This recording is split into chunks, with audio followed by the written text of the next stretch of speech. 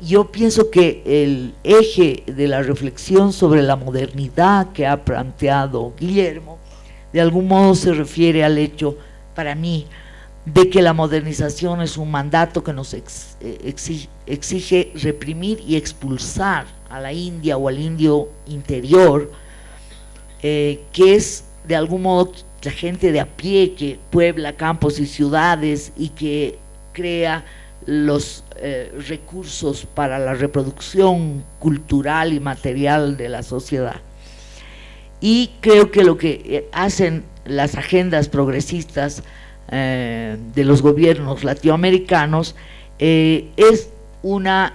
labor de encubrimiento a través de la palabra. O sea, la palabra ha dejado de ser un mecanismo de esclarecimiento, de construcción de un ágora, un espacio de libertad y de autopoiesis de la sociedad, y se ha convertido en lo que Tamayo llama trampa de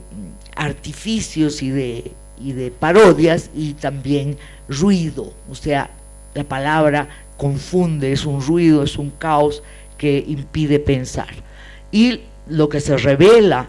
en el otro registro, que es el de los gestos, el de las miradas,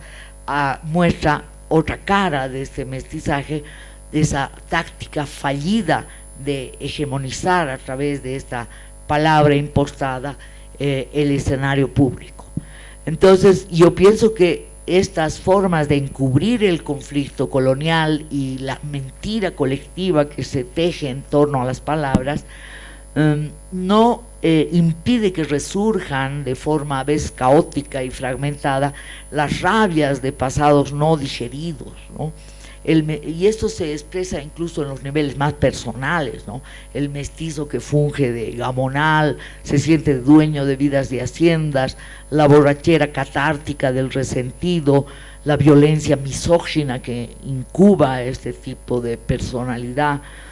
Se huele por todo lado el mal vivir de los arribistas que se quedan en medio de la escalera o que han sido sacrificados como fusible para proteger a los de arriba. Y a esto les nace el patrón, el mandamás, que pavonea su soberbia y usufructúa del derecho de pernada sobre las jóvenes aspirantes al ascenso social y al blanqueamiento. Lo más patético es que todo ello se condimenta con retóricas legalistas, poses antiimperialistas y socialismos del siglo XXI. Lo arcaico se yuxtapone a una modernidad trucha e imitativa. El estómago social no puede digerir esta mezcla. Y estos espacios oscuros de la memoria social, empañados por la política del olvido, terminan desatando un desconcierto y una fragmentación y esquizofrenia en las luchas colectivas. Yo pienso que para poder ejercer un pensamiento crítico y hacerlo a partir de la crisis, tenemos que partir de un gesto de reversión, de inversión. Y para mí, se asienta en la necesidad de reconocer otra episteme que puede darnos algunas salidas, algunas formas de concebir la sociabilidad y de alguna manera el contrato social intercultural, y que nos permita recuperar una capacidad de actuar por nosotros mismos. ¿De qué estamos hablando, por ejemplo, cuando hablamos de lo indio, de los saberes indígenas, de la descolonización? Estamos hablando de un sujeto de conocimiento, de una episteme, de modos de conocer y de preguntarse sobre la realidad del mundo. Y esto que a veces se encasilla en identidades esencialistas, en realidad esquiva la identidad fundamental que de alguna manera nos es dada, que es nuestra identidad como seres humanos, como una especie más entre las miles de especies y de las entidades que pueblan el universo. Y esta que llamo episteme india, sin duda alguna, puede contrastarse con esa otra visión instrumentalizadora que piensa simplemente que la naturaleza es un objeto y que los animales son esclavos del afán de lucro y se pueden encerrar, reproducir y manipular a gusto. Es evidente que esta idea se acopla a la idea de que es necesario unificar el mundo a través de una lengua, de una tecnología y de una epistemología. ¿Qué nos dice, por ejemplo, la Biblia acerca de la diversidad lingüística del planeta? Que cuando la humanidad, que antes hablaba la lengua divina, quiso ascender al cielo y construyó una torre inmensa, el Creador, para castigarlos, provocó la multiplicación, la dispersión y la mutua ininteligibilidad de la lengua. Entonces esa es una forma de ver la diversidad lingüística como un castigo divino. Y ahí sí podemos contrastar la otra lectura de la lengua, que es la que plantean las sociedades indígenas de los más diversos confines, los mapuches en el sur, aymaras, quechuas, puquinas en occidente, centenares de pueblos y lenguas de poblaciones que habitan la Amazonía y el Chaco. Y para ellas la palabra es un don que ha sido dado al ser humano por el cosmos, por el orden, que excede, digamos, la comprensión humana, un orden que se revela en todo momento a través de múltiples formas de diálogo establecidas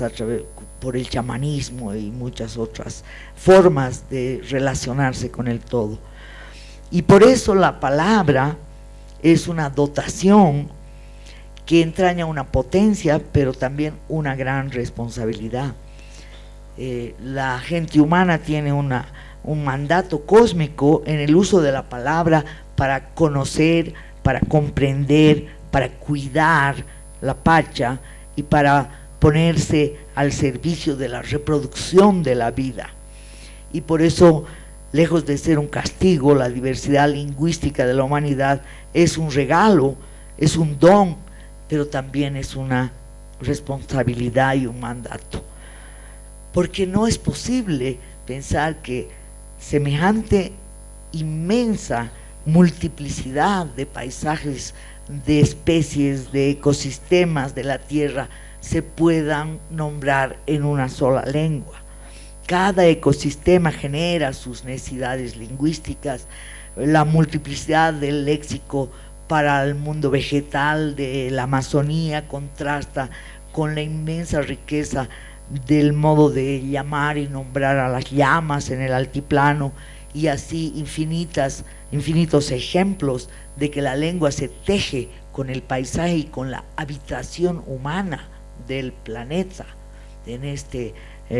digamos, en esta reflexión sobre la identidad fundamental, que es la identidad de ser humanos, de estar dotados de una especificidad como especie. Y entonces, de alguna manera, yo creo que la literatura crítica que surge de esta reflexión y de este descubrimiento lleva por ejemplo, a autores como Gamaliel Yurata a proponer una lengua compatria, un espacio de intercambios que de alguna manera cobre vida a partir de préstamos lingüísticos con las diversas poblaciones que habitan cada paisaje, ¿no? Entonces hay un ecosistema como el Círculo Lacustre, donde la frontera con el Perú es como una raya trazada en una densidad histórica muy reciente, comparada con la antigua habitación y organización del espacio, con los ramales del Capañán, pero antes todavía con la Huaca Titicaca en la Isla del Sol y su nexo con Pachacamac, y finalmente antes lo que Holwas llama la memoria de los geómetras, aquellos que identificando los sitios energéticos, los sitios de poder de la tierra, estructuran una suerte de geografía sagrada, ¿no? Entonces yo pienso que justamente la crisis nos ayuda a entender que las palabras ya son insuficientes para nombrar lo que existe y que es necesario superar la brecha entre la palabra y el acto. Es necesario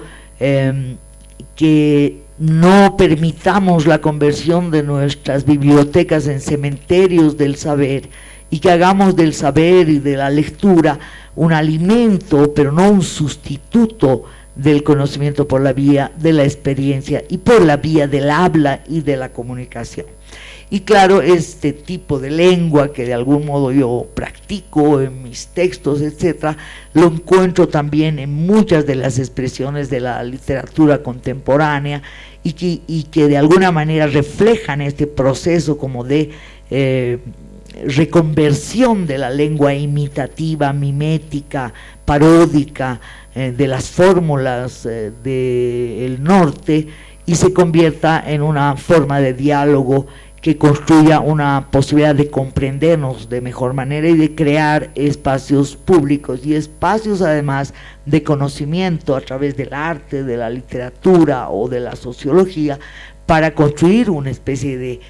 mapa conceptual nuevo que creo que nos exige este momento en que la crisis del paradigma de la destrucción del planeta, de la objetivación antropocéntrica del mundo, está llevando a consecuencias catastróficas. Y entonces yo encuentro que los saberes indígenas, que tienen muy poca presencia en la universidad y en las no forman parte realmente central del currículum que se estudia en la mayoría de carreras, nos pueden dar una pauta de pensar de otra manera, de usar conceptos, metáfora, e injertarlos en la reflexión y en el diálogo con multiplicidad de autores y autoras que ustedes seguramente van a discutir en estos días durante este congreso. Con eso he terminado.